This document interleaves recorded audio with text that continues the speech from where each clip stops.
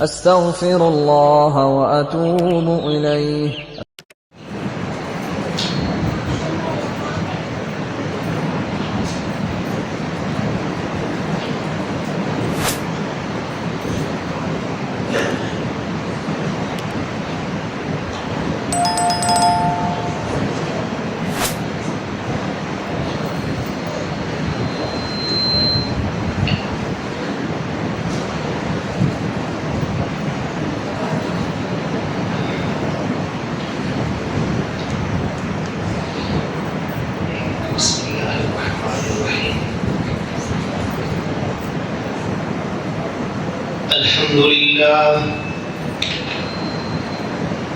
الحمد لله وكفى وسلام على عباده الذين اصطفى.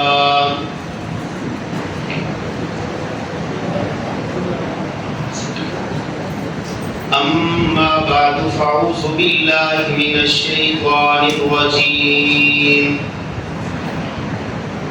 بسم الله الرحمن الرحيم.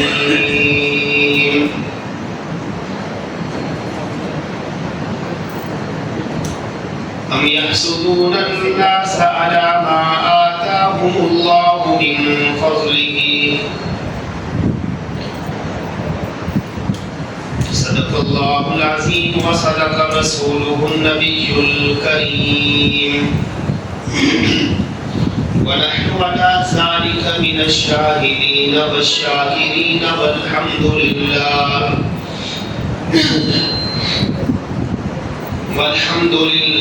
رب العالمين.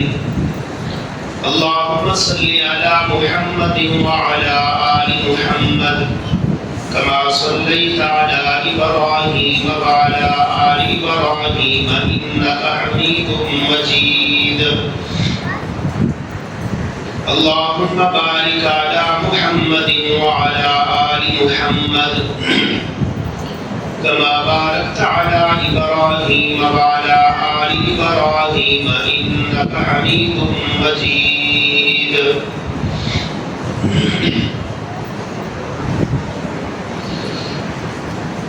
عزیزان محترم و مکرم، میں اور آپ اللہ رب العزت کا کتنا بھی شکر ادا کریں وہ کم ہے کہ اللہ رب العزت نے نماز جمعہ کے لیے مجھے اور آپ کو اپنے گھر میں آنے کی توفیق نصیب فرمائی.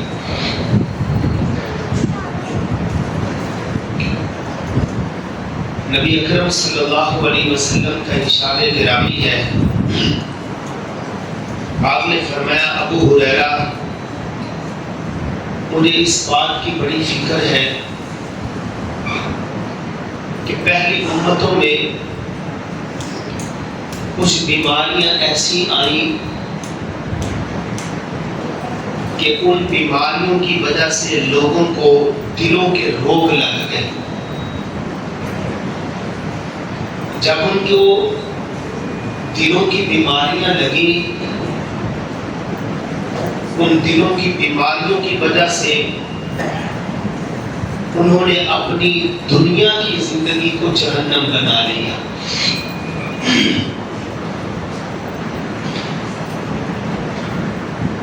وہ کون سی ایسی بیماریاں ہیں؟ اگر میں اور آپ ان پہ غور و فکر کریں گے تو یقین جانیے بعد میں سوچیں گے، اپنے دل کے اوپر ہاتھ رکھیں گے. اب دیکھیے، دل میں تھوڑی سی درد ہونے لگ جائے، جگر میں تکلیف ہونے لگ جائے، پیٹ میں درد ہونے لگ جائے تو اس کا علاج تلاش کیا جاتا ہے. بندے کو فکر ہے کہ یار کہیں یہ نہ ہو کہ یہی سانس ختم ہو جائے اور میں اگلے جہان چلا جاؤں. لیکن میرے بھائیوں، نبی علیہ السلام نے ارشاد فرمایا کہ بعض دلوں کی بیماریاں ایسی ہیں، بعض دل کی بیماریاں ایسی بیماریاں ہیں کہ جن کی وجہ سے انسان کا دین بھی خطرے میں پڑ جاتا ہے. اگر ہم اپنے معاشرے میں، اپنے خاندانوں میں، اپنے گھروں میں اس چیز کو دیکھیں تو یہ ضرور چیز نظر آئے گی، اور اسے کہا جاتا ہے حسد۔ اسے کیا کہا جاتا ہے؟ سب بولیے گا، کیا کہا جاتا ہے؟ اسے کہا جاتا ہے حسد۔ یہ دل کی بیماریوں میں سے ایک خطرناک بیماری ہے جسے حسد کہا جاتا ہے، اور جو شخص اس بیماری میں مبتلا ہوتا ہے، یقین جانیے وہ اپنی زندگی کا سکون خود خراب کر لیتا ہے۔ حاسد آدمی، حسد کرنے والا، تاریخ پوری انسانیت کی آپ پڑھ کے دیکھ لیں، پوری انسانیت کی تاریخ، حسد کرنے والا بندہ کبھی آپ کو خوش نظر نہیں آئے گا۔ یہ صرف آج کی بات نہیں میں کر رہا، بلکہ پوری انسانی تاریخ آپ پڑھ کے دیکھیں۔ سیدنا آدم صفی اللہ سے اللہ نے یہ انسانیت کا سلسلہ شروع کیا، اور آپ ان میں پڑھتے آئے، دیکھتے آئے مختلف قوموں کے حالات، احوال۔ جس قوم میں بھی، جس کنبے میں بھی، جس قبیلے میں بھی، جس معاشرے کے ایک فرد میں بھی یہ بیماری آئی، یقین جانیے اس نے اپنا سکون خراب کر لیا۔ آپ توجہ سے سنیں گے تو اگر یہ ہمارے دلوں میں کہیں یہ بیماری ہوئی تو میں نے اور آپ نے اس بیماری کو ختم کرنا ہے۔ اگر یہ بیماری دل کی ختم نہ ہوئی، یاد رکھیے گا اگلا جہان جو ہے وہ تو مرنے کے بعد جنت جہنم کا فیصلہ ہے، لیکن علماء کہتے ہیں جس بندے نے حسد کی بیماری کو اپنے دل میں پال لیا، اس نے اس دنیا کو اپنے لیے جہنم بنا لی۔ حاسد آدمی، حسد کرنے والا آپ کو کبھی جو ہے وہ خوش نظر نہیں آئے گا۔ تین چیزیں ایسی ہیں، جس بندے میں تین چیزیں پائی جائیں گی، یاد رکھیے گا اس کی زندگی کبھی جو ہے وہ خوشگوار نہیں ہو سکتی۔ وہ تین چیزیں کون سی ہیں؟ سب سے پہلے ہے بغض۔ دل کے اندر یہ بھی ایک دل کی بیماری ہے، یہ بھی ایک دل کی بیماری ہے جسے بغض کہا جاتا ہے۔ اور دوسری بیماری ہے حسد، یہ بھی اس کا بھی تعلق دل کے ساتھ ہے۔ اور تیسری ہے بد اخلاقی۔ یہ تین چیزیں یقین جانیے بندہ بڑا قد آور ہو، بڑا حسب والا ہو، نسب والا ہو، لیکن یہ تین بیماریاں دل کی جس بندے کو لگ گئی وہ زندگی میں کبھی خوشی حاصل نہیں کر سکتا۔ ایک اس کے اندر بغض، دوسرا حسد، اور تیسرا بد اخلاقی۔ یہ تین چیزیں جس بندے میں آ گئی، یاد رکھیے گا اس نے اپنی دنیا کی زندگی کو جو ہے وہ جہنم بنا لیا ہے۔ اس لیے حسد کسے کہا جاتا ہے؟ توجہ سے بیٹھیے گا، حسد کسے کہتے ہیں؟ حسد کہتے ہیں کہ کوئی بندہ، کسی کے پاس آپ کوئی نعمت دیکھتے ہیں، کسی کے پاس آپ اچھی سواری دیکھتے ہیں، آپ اچھا گھر دیکھتے ہیں، آپ اس کے پاس کوئی اچھی نعمت دیکھتے ہیں، آپ بس سوچ پہ پڑ گئے ہیں کہ یار اے نعمت کسی طریقے کا بالکل ختم ہو جائے۔ اسے کیا کہتے ہیں؟ بڑا آسان سا ترجمہ ہے، اسے حسد کہا جاتا ہے۔ یار اتنی اچھی سواری کہ کبھی اللہ کرے جو لنگ رہا ہوئے تو کسی جگہ میں ایکسیڈنٹ ہو جائے۔ یہ ہمارے معاشرے کی باتیں ہیں، یہ اس کے پاس اچھی سواری ہے، کہیں چوری ہو جائے، اس کا رشتہ اچھی جگہ پہ ہو گیا، اس کی اولاد کا رشتہ اچھی جگہ پہ ہو گیا۔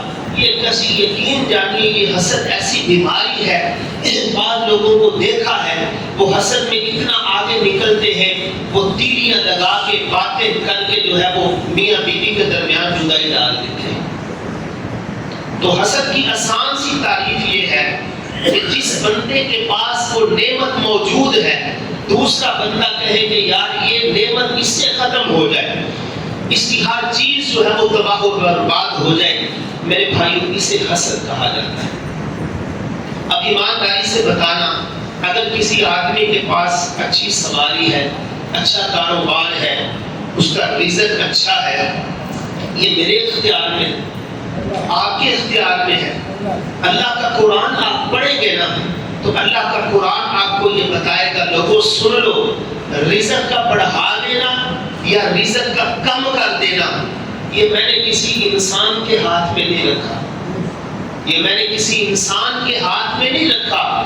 کسی کا رزق بڑھا دینا، کسی کا رزق جو ہے وہ کم کر دینا، یہ وہ چیزیں ہیں جو میں اللہ نے اپنے اختیار میں رکھی.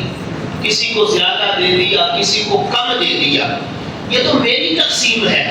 اور جو حاسد آدمی ہوتا ہے، حسد کرنے والا، میرے بھائیوں اصل میں وہ سب سے پہلے اللہ رب العزت کی نعمت کے اوپر، اللہ رب العزت کی تقسیم کے اوپر وہ اعتراض کرتا ہے.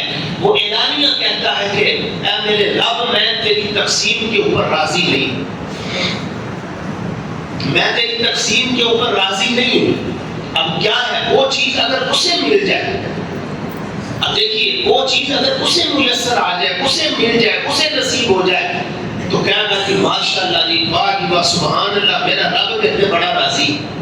یعنی اپنے پاس وہ چیز آ گئی، اپنے پاس اچھی سواری آ گئی، اپنا کاروبار چمکنے لگ گیا، اپنا جو ہے وہ تعلقات اچھے ہو گئے تو کہنے لگا بھائی بس اللہ نے میرے اوپر بڑا فضل کر دیا. اب یہی چیز اگر کسی اور کے پاس چلی گئی تو پھر وہ کہنے لگا کہ یار ایسے بڑا کم خراب ہو جائے. تو میرے بھائیوں اسے ہی حسد کہا جاتا ہے. اور حاسد آدمی جو ہے وہ کبھی بھی آپ کو خوش نظر نہیں آئے گا. وہ اپنی زندگی کو مرنے سے پہلے ہی جہنم بنا دیتا ہے اور اسی میں وہ جلتا رہتا ہے، اسی میں وہ اڑتا رہتا ہے، اسی میں وہ آگے نکلتا رہتا ہے. زندگی میں اگر سکون چاہتے ہو، رزق تھوڑا ہے یا زیادہ ہے، رزق تھوڑا ہے یا زیادہ ہے، گھر چھوٹا ہے یا بڑا ہے، اچھا کپڑا ہے یا نارمل کپڑا ہے، میرے بھائیوں اگر آپ حسد نہیں نہ کر رہے کسی کے اوپر تو یقین جانیے یہ زندگی آپ کی چلتی پھرتی جو ہے وہ جنت ہے. ایک صحابی ہے کہ اللہ کے رسول آپ مجھے یہ بتائیں حسد سے بچنے کا طریقہ کیا ہے؟ حسد سے بچنے کا طریقہ کیا ہے؟ اب دیکھیے نا، جیسے میں نے ابتدا میں کہا دل کو کوئی بیماری لگ جائے تو ڈاکٹر کا انتظام کرتے ہیں، بڑے ڈاکٹر کے پاس جاتے ہیں جو دل کا اسپیشلسٹ ہوتا ہے. جی بتائیں میرے دل کو یہ مرض ہے، یہ معاملہ ہے، دل میں تکلیف ہوتی ہے، کتنی کوشش کرتے ہیں بہتری آ جائے. لیکن میرے بھائیوں وہ یہ ہے کہ زندگی ختم نہ ہو جائے.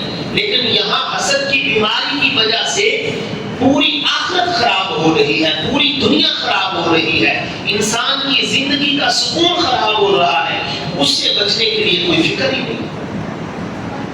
فرمایا کہ حسد سے کوئی بندہ بچنا چاہتا ہے تو اس کے لیے یہ ضروری ہے جب وہ کسی اپنے بھائی کے پاس کوئی نعمت دیکھے نا، اس کا کاروبار چمک رہا ہے، اس کی صحت میں اضافہ ہو رہا ہے، وہ دن بہ دن جو ہے وہ پھلتا پھولتا نظر آ رہا ہے، تو وہ اس کے لیے دعا کریں گے یا اللہ اس نعمت کو میرے اس بھائی کے لیے، دوست کے لیے، ہمسائے کے لیے، رشتہ دار کے لیے اللہ برکت والا بنا دے، خیر کا ذریعہ بنا دے.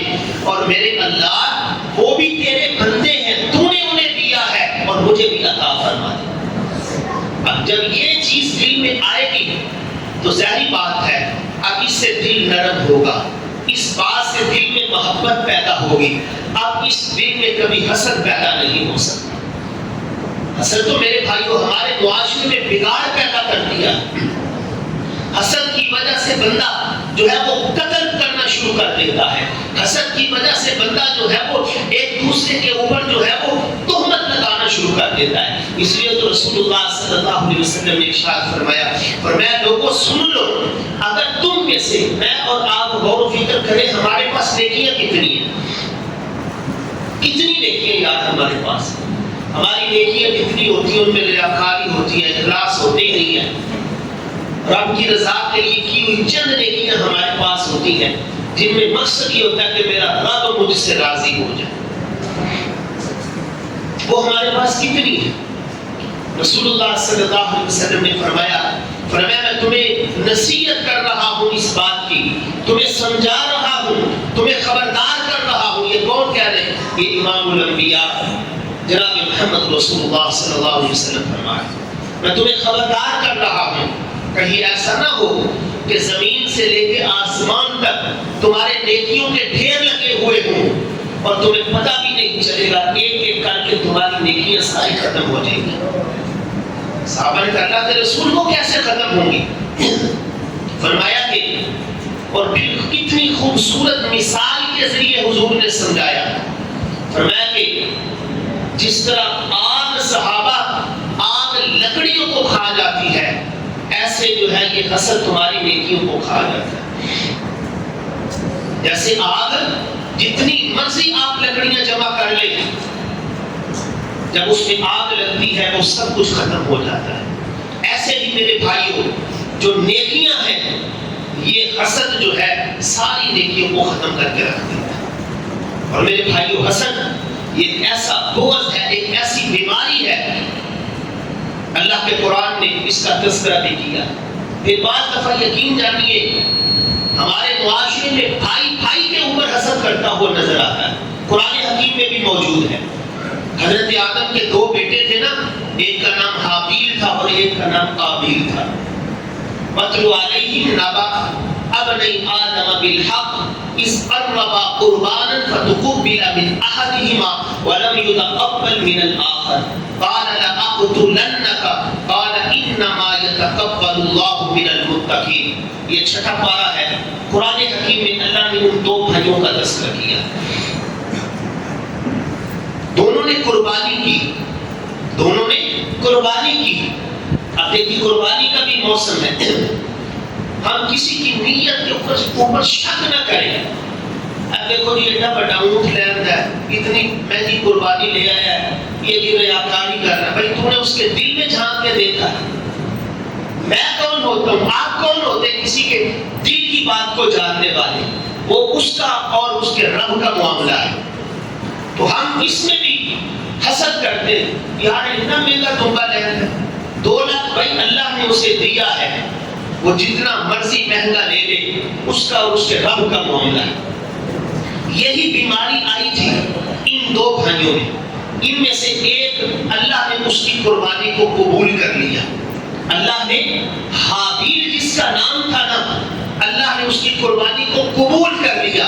اب قابیل یہ حسد کی آگ میں جلنے لگ گئے۔ میں نے کتاب میں کہا جو حاسد ہوتا ہے نا، وہ سب سے پہلے اللہ کے اوپر اعتراض کرتا ہے، اللہ کی تقسیم کے اوپر وہ اعتراض کر رہا ہوتا ہے، براہ راست وہ اللہ کی تقسیم کے اوپر انگلی اٹھاتا ہے کہ بھئی اینوں دیتا ہی مینوں کیوں نہیں دیتا، اس قابل ہی نہیں سی، ایسی باتیں۔ بعض دفعہ بندہ ایمان سے خالی ہو جاتا ہے۔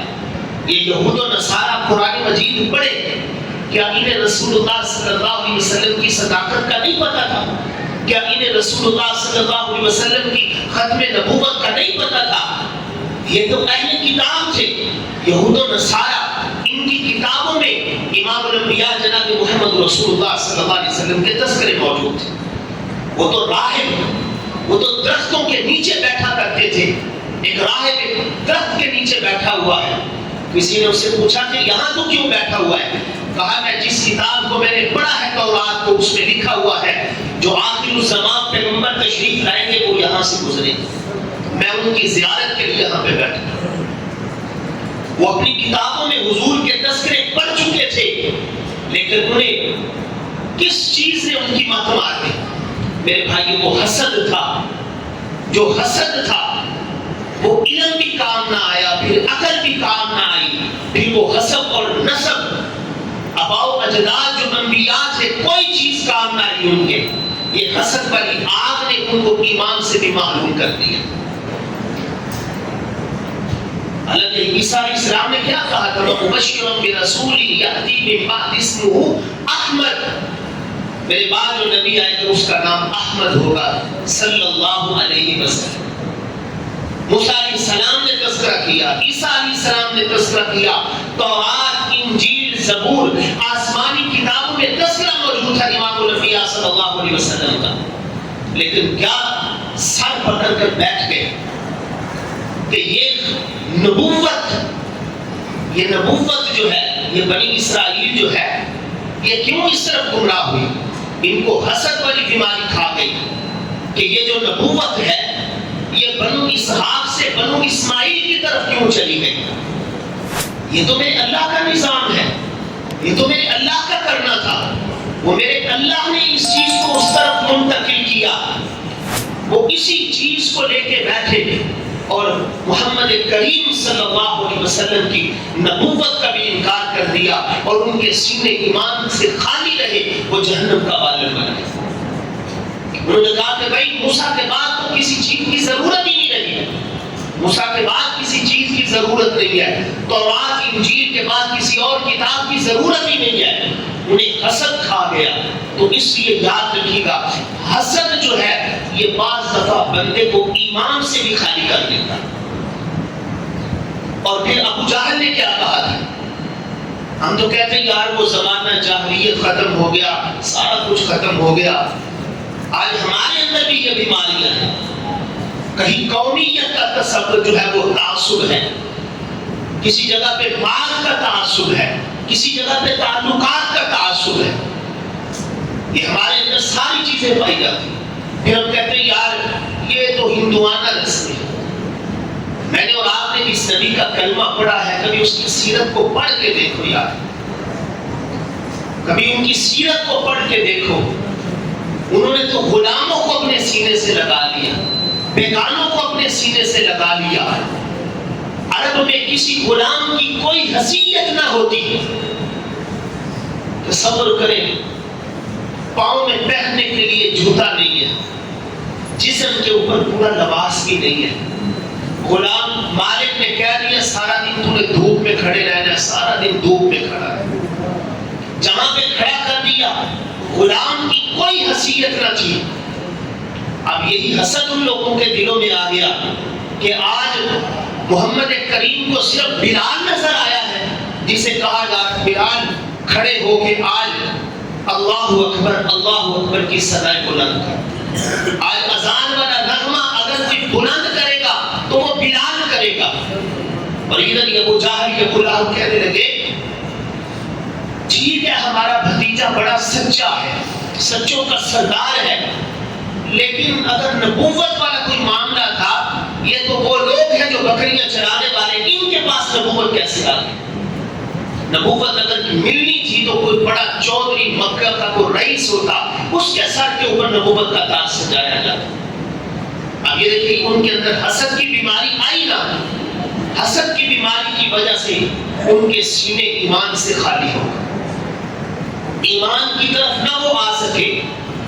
اور ادھر وہ بلال ہے اللہ اکبر کبیرہ، جس کا کوئی اونچا حسب بھی نہیں آ رہا، جس کا کوئی اونچا نسب بھی نہیں ہے۔ میرے نبی فرماتے ہیں جبریل آج جنت میں مجھے یہ کس کے چلنے کی آواز آ رہی ہے؟ فرمایا حضرت یہ آپ کا امتی بلال ہے، چلتا مدینہ کی گلیوں میں ہے، اس کے چلنے کی آواز جنت میں آ رہی ہے۔ تو میرے بھائیوں، حسد جو ہے یہ ایک ایسی بیماری ہے جو انسان کو تباہ و برباد کرتے رہتا ہے۔ اب اللہ نے حضرت حابیل کی قربانی کو قبول کیا۔ حضرت آدم کے جو دو بیٹے تھے، قابیل کہنے لگا بھائی تیری قربانی کہاں سے قبول ہو گئی؟ وہ بڑی عاجزی کے ساتھ، بڑی انکساری کے ساتھ، جو رحمان کے بندے ہوتے ہیں نا، جو اللہ کے بندے ہوتے ہیں، وہ اپنے دل میں ان چیزوں کو جگہ نہیں دیتے۔ حسد، بغض، کینہ، معذرت سے آج ہم نمازی بھی ہیں، تہجد گزار بھی ہیں، قاری قرآن بھی ہیں، عالم دین بھی ہیں، سب کچھ ہونے کے باوجود اگر ہم اپنے دلوں کو دیکھیں تو ہمارے دل حسد سے بھرے پڑے ہوتے ہیں، ہمارے دل حسد سے بھرے پڑے ہوتے ہیں، ہمارے دل صاف ستھرے نہیں ہوتے۔ اپنے دلوں کو صاف ستھرا بنائے، ہر کام میں اللہ کی مدد آئے گی انشاءاللہ۔ میں دعوت دے رہا ہوں آپ لوگوں کو، اپنے دلوں کو، یہ جو دل ہے نا یہ پورے جسم کا سردار ہے، اسے بیماریوں سے صاف رکھیں، اس کے اندر حسد نہ آنے دیں، اس کے اندر بغض نہ آنے دیں، اس کے اندر کینہ نہ آنے دیں، اس کو صاف ستھرا رکھیں۔ وگرنہ بعض دفعہ ایسا ہوتا ہے یہ دل کی جو بیماریاں ہیں نا، یہ جو بیماریاں جن کا میں نے تذکرہ کیا، حسد، بغض، کینہ، اس کے اثرات چہرے پہ بھی آنے لگ جاتے ہیں۔ یقین جانیے، پھر ہم نے دیکھا بندہ ادھر سے آتا تو دوجا بندہ میں یار یہ دینا لو ملا کے لنگی یہ دیکھ رہے لوگ اس کے شر سے بچتے ہیں، لوگ اس سے سلام لینا گوارا نہیں کرتے، لوگ اس سے بات کرنا گوارا نہیں کرتے. لیکن میرے بھائیوں، اللہ نے اس کی قربانی کو قبول کیا اور دوسرا حسد کرنے لگ گیا. قابیل سر پکڑ کے بیٹھ گیا، تیری قربانی کیوں قبول ہو گئی؟ اس نے پتہ کیا کہا عاجزی کے ساتھ؟ قال انما يتقبل الله من المتقين. بھئی اللہ پرہیزگاروں کی قربانی کو قبول فرماتا ہے. میرے اللہ نے میری قربانی کو قبول کر لیا ہے. کوئی بد اخلاقی نہیں کی، کوئی بدتمیزی نہیں کی. میں نے گزشتہ جمعہ میں بھی رحمان کے بندوں کی صفات بیان کی تھی. ہے بڑا مشکل کام، لیکن برداشت کریں، اپنی زندگی کی حفاظت کریں. یار چھوٹی چھوٹی باتوں کے اوپر لڑائیاں، جھگڑے، ایک دوسرے کا گریبان، قتل و غارت، ہر روز ہمارے ہاں یہ معاملہ بن رہا ہے. چھوٹی چھوٹی باتوں کے اوپر قتل و غارت ہو رہی ہے. زندگی کا مزہ لے، لطف لے، اس کو برداشت کر کے گزارے، کوئی فرق نہیں پڑے گا. بندے کو گل کر دے کہ پیا کر دے، لوگوں کی باتوں کی پرواہ نہ کرے، لوگوں کی باتوں کی پرواہ نہ کرے. آپ کوشش کریں کہ میرے اوپر ذمہ داری ہے، میرے اوپر میرے بچوں کی ذمہ داری ہے، میرے اوپر میرے گھر کی ذمہ داری ہے، میں چاہے میں مچھے لگے کی کرتا. اب یہ بندہ جو تھا نا حضرت آدم کا دوسرا بیٹا، اور پھر یاد رکھنا یہ جو برداشت والے ہوتے ہیں نا، اللہ کا ان کے اوپر بڑا فضل ہوتا ہے. جو برداشت کرنے والے ہوتے ہیں نا، اللہ کا بڑا فضل ہوتا ہے ان لوگوں کے اوپر، بڑا فضل ہوتا ہے. اور وہ جب کوئی بندہ کسی کی بات کو برداشت کر لے اور جواب نہ دے، خاموش رہے، وہ سمجھ لے اپنے دل کے اوپر ہاتھ رکھ کے کہ میں نے اگر کچھ نہیں نہ کہا تو میرے اوپر اللہ نے اپنا فضل کر دیا، میرے اللہ نے میرے اوپر اپنی رحمت کر دی ہے. اب یہ جو قابیل تھا یہ بد اخلاقی پہ اتر آیا. میں تیرے مار دینا، اس نے کہا یار میں تیرا بھائی ہوں، میں تیرا بھائی ہوں، تو مجھے مارے گا؟ کہاں ہاں. اس نے پھر اپنے بھائی حابیل کو قتل کر دیا. سبب کیا بنا؟ یہ حسد سبب بنا. قرآن حکیم میں ایک اور تذکرہ ملتا ہے، یوسف علیہ السلام کے جو دوسرے بھائی تھے ان کو کیا مرض لاحق تھا؟ یہی حسد تھا. وہ کہنے لگے یار ہم جب بھی دیکھتے ہیں ہمارے باپ کی توجہ کا جو مرکز اور محور ہے وہ صرف یوسف ہی بنا ہوا ہے. جب بھی دیکھتے ہیں یوسف، جب بھی سنتے ہیں یوسف، جب بھی آتے ہیں یوسف، ہر طرف یوسف ہی یوسف ہو رہی ہے. کماؤ پتر ہم ہیں، وَنَحْنُ أُسْوَةٌ، پوری جماعت ہم ہیں، بکریاں ہم چراتے ہیں، کام ہم کرتے ہیں، پانی بھر کے ہم لاتے ہیں. ابا کی ساری محبت، حالانکہ پیغمبر تھے، محبت سب سے وہ کیا کرتے تھے حضرت یعقوب، لیکن بھائیوں کے دل میں شیطان نے یہ بات ڈال دی. اب انہوں نے کیا کیا؟ اب وہ اس کے قتل پہ تلا ہے. یوسف جیسا حسین، جمیل، صدیق کتنا بڑا ظلم کیا، اپنے بھائی کو مار مار کے کنویں میں پھینک دیا. زندگی میں یاد رکھنا، کبھی کسی کا تماشا نہ دیکھنا، کبھی زندگی میں کسی کو تماشا نہ بنانا، وگرنہ ایک وقت آئے گا اللہ تمہیں تماشا بنا کے رکھ دے. یوسف علیہ السلام کے بھائیوں نے ایسا ہی کیا تھا نا. پھر یاد رکھیے گا دن بدلتے رہتے ہیں. سدا بادشاہی کس کی ہے بولیے گا؟ للہ ملک السماوات والارض، زمین و آسمان میں جو سدا بادشاہت ہے وہ میرے رب کی بادشاہت ہے. تو ایک وقت آیا میرے بھائیوں، حضرت یوسف کے سامنے وہ سارے یوں کشکول لے کے کھڑے ہوئے، سارے منتیں کر رہے ہیں، آہوزاریاں کر رہے ہیں، اور اللہ رب العزت نے یوسف کو کہاں سے کہاں پہنچا دیا. تو میرے بھائیوں یہ حسد ایک ایسی بیماری ہے، یہ دل کا ایک ایسا روگ ہے. اب دیکھیے رسول اللہ صلی اللہ علیہ وسلم نے یار کوئی کام ہم اگر کریں اس کے اوپر میرے نبی کی گارنٹی بند نہیں ہوئی، میں قیامت تک اگر کوئی بندہ یہ کام کرے گا مسلمان، میں اللہ کا رسول اسے جنت کی ضمانت دے رہا ہوں، میری ذمہ داری ہے میں اسے جنت میں لے کے جاؤں. میرے نبی نے کہا نا یہاں سے گزرنے والا آدمی جنتی ہے. صحابہ نے کہا یا سبحان اللہ، جس کو رسول اللہ کہتے ہیں جنتی ہے اس کے جنتی ہونے میں شک ہی نہیں ہو سکتا. پھر پھر کہا وہ جنتی ہے، پھر کہا وہ آدمی گزرنے والا جنتی. 3 دفعہ میرے نبی نے یہ کہا. عبداللہ ابن عمر اس کے گھر چلے گئے، دیکھا کہ یار یہ کرتا کیا ہے. 3 دن اس کے پاس گزارے، مہمان بنے. دیکھا یار اتنی لمبی نماز بھی نہیں ہے، اتنا لمبا صدقہ بھی نہیں ہے. تو کہنے لگے اے میرے بھائی، صرف ایک بات پوچھنا چاہتا ہوں. اللہ کے رسول نے تجھے جنتی ہونے کی ضمانت دی ہے، تیرا عمل کوئی ایسا جو اللہ کو پسند آ گیا ہے؟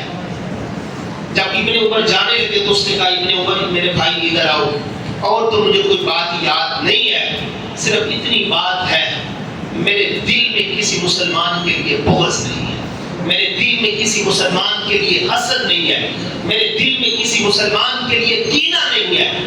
یقین جانیے آج تو دل زنگ آلود ہو چکے ہیں، دلوں میں زنگ لگ چکا ہے، دلوں میں گند آ چکا ہے، حسد کا، کینے کا، بغض کا. اور پھر یاد رکھیے گا حاسد آدمی جو ہے، ایک واقعہ ملتا ہے کتاب میں، بادشاہ تھا، جب وہ بات کرتا تھا اس کا جو قریبی وزیر تھا وہ منہ کے آگے یوں کپڑا رکھ لیا کرتا، وہ منہ کے آگے یوں کپڑا رکھ لیتا. دوسرا جو آدمی تھا اسے یہ چیز پسند نہ تھی کہ یار یہ بندہ بادشاہ سے بڑا قریب ہے، کسی نہ کسی طریقے سے میں نے اس کو مروانا ہے، عہدہ اس سے چھڑوانا ہے. اس نے بادشاہ سے کہا بادشاہ سلامت، وہ جو بندہ آپ کے قریب آ کے کھڑا ہوتا ہے نا آپ کا وزیر، جب آپ بات کرتے ہیں تو وہ منہ کے آگے ہاتھ رکھ لیتا ہے تو اس کو آپ کے منہ سے بدبو آتی ہے. بادشاہ نے کہا اچھا میں ایڈا اونچا بندہ کہ میرے وزیر میں بالکل روک دی. اس نے رکا لکھا اور رکا اس نے اس وزیر کو دیا کہ فلان شہر میں چلا جا، وہاں میرا ایک گورنر ہے، یہ رکا اس کو دے دینا. اب یہ جو حاسد آدمی تھا نا، حسد کرنے والا، پہلے یہ ہوتا تھا جب کوئی رکا کسی کے پاس لے کے جاتا تو بادشاہ آگے تحفے تحائف دیتے تھے کہ یار بادشاہ نے بالکل کر لیا ہے. اس کو وہ کوئی نہ کوئی تحفہ، کبھی سواری دے دی، کبھی اونٹ دے دیا، کبھی گھوڑا دے دیا. یہ جو حاسد آدمی تھا نا، اس نے کہا یار یہ رکا اس کے ہاتھ میں ہے، کیوں نہ میں اس سے وہ رکا چھین کے میں لے کے چلا جاؤں. اور رکا اس نے راستے سے اس سے چھین لیا، وہ خود وہاں پہ چلا گیا. اور اس کے اوپر پتہ کیا لکھا ہوا تھا؟ اس نے جا کے وہ رکا اسے دیا، کہا یہ بادشاہ سلامت نے آپ کی طرف بھیجا ہے، اور دل میں تھا کہ مجھے سواری ملے گی، مجھے فلاں ملے گا. اس کے اوپر لکھا ہوا تھا کہ یہ آدمی جو آپ کے پاس رکا لے کے آ رہا ہے، جب یہ پہنچے اس کی گردن دم سے جدا کر دے، اس کی گردن اس سے اتار دی. اب بادشاہ وہاں اپنے شہر میں بیٹھا ہوا ہے، یہ آدمی پھر وہیں پہ کھڑا ہے. اس نے کہا یار تجھے تو میں نے رکا لے کے دیا تھا، تو ادھر کیوں کھڑا، تو رکا لے کے نہیں گیا؟ اس نے کہا بادشاہ سلامت رکا لے کے جا رہا تھا، فلاں بندے نے مجھ سے چھین لیا. بادشاہ نے کہا ادھر آؤ، مجھے ایک بات کا جواب دو، یہ میں جب بات کرتا ہوں تو منہ کیا کہ ہاتھ کیوں رکھ لیتا ہے؟ اب دیکھیے بعض بدگمانیاں بھی یہ بھی انسان کو تباہی کی طرف لے جاتی ہیں، بدگمانیاں بھی انسان کو تباہی کی طرف لے کے چلی جاتی ہیں، شک بھی انسان کو تباہی کی طرف لے کے چلا جاتا ہے، حسد بھی، بغض بھی. بادشاہ نے کہا تو منہ کے اوپر ہاتھ کیوں رکھتا ہے؟ اس نے کہا بادشاہ سلامت آپ بڑے آدمی ہیں، میں ایک چھوٹا سا آپ کا نوکر ہوں، میرے گھر میں اتنے وسائل نہیں ہیں، کثیر العیال ہوں، بعض دفعہ گھر میں ہانڈی بھی نہیں پکتی، پیاز لہسن سے روٹی کھا کے آتا ہوں. میں اس لیے منہ کے اوپر ہاتھ رکھتا ہوں کہ کہیں میں بات کروں اور بات کی وجہ سے میرے منہ سے بدبو آئے اور آپ کو تکلیف نہ پہنچے، میں اس لیے اپنے منہ کے اوپر ہاتھ رکھ لیتا ہوں. کہا وہ جو فلاں بندہ تھا وہ حضرت مجھ سے حسد کرتا تھا، میری جگہ کو حاصل کرنا چاہتا تھا کہ اس جگہ پہ میں کھڑا ہو جاؤں. بادشاہ سلامت نے کہا آجا تو میرے ساتھ تخت پہ بیٹھ جا، وہ اپنے انجام کو پہنچ گیا ہے. اس لیے میرے بھائیو یاد رکھیے گا، آسمان کے اوپر جو سب سے پہلا گناہ ہوا تھا وہ بھی حسد کی وجہ سے ابلیس نے کیا تھا، حضرت آدم کو انکار کیا. زمین کے اوپر جو ہے سب سے پہلا جو قتل ہوا اس کی بنیاد بھی حسد بنا. میں نے اور آپ نے اپنے دلوں سے حسد کو ختم کرنا ہے، کینے کو ختم کرنا ہے، بغض کو ختم کرنا ہے. یار اگر میری نماز میرے حسد کو ختم نہ کر سکی، میری تلاوت، میرا ذکر و اذکار، میرا صدقہ خیرات، یہ چیزیں اگر بغض حسد کو نہیں ختم کر سکی تو پھر میں اور آپ جنت میں کیسے جائیں گے؟ جنت میں کیسے پہنچیں گے؟ میرے نبی نے فرمایا ہاں حسد ناجائز ہے، رشک بندہ کر سکتا ہے۔ فرمایا کس کے اوپر؟ میرے نبی نے فرمایا ایک وہ حافظ قرآن جس نے قرآن مجید حفظ کیا ہو، اس کے حلال کو حلال جانا ہو، حرام کو حرام جانا ہو، اور پھر وہ قیام کرتا ہو، پڑھتا ہو، اس کے اوپر بندہ رشک کر سکتا ہے۔ اسلام اس کی اجازت دیتا ہے، حسد کی اجازت نہیں دیتا۔ دوسرا وہ بندہ جسے اللہ نے مال دیا ہے۔ بعض دفعہ بندہ سوچتا ہے نا اپنے خاندان میں، رشتہ دار میں، یار اللہ نے دیکھو نا کام لے لیا ہے، اللہ نے اس سے کوئی کام لے لیا ہے، اپنے دین کا کام لے لیا ہے، کوئی خیر کا کام لے لیا ہے، کوئی نیکی کا کام لے لیا ہے، اتنے پیسے اس نے لگا دیے، تو یہ یقیناً فخر کی بات ہوتی ہے۔ اور اللہ رب العزت بھی ایسے لوگوں کو چنتے ہیں، اللہ ان لوگوں کو پروان چڑھاتے ہیں۔ تو میرے بھائیوں، آج کی گفتگو کا خلاصہ یہ ہے، میں نے اور آپ نے اپنے دل کو حسد سے، کینے سے، بغض سے پاک اور صاف رکھنا ہے۔ اللہ رب العزت عمل کرنے کی توفیق نصیب فرمائے۔ وما علینا الا البلاغ۔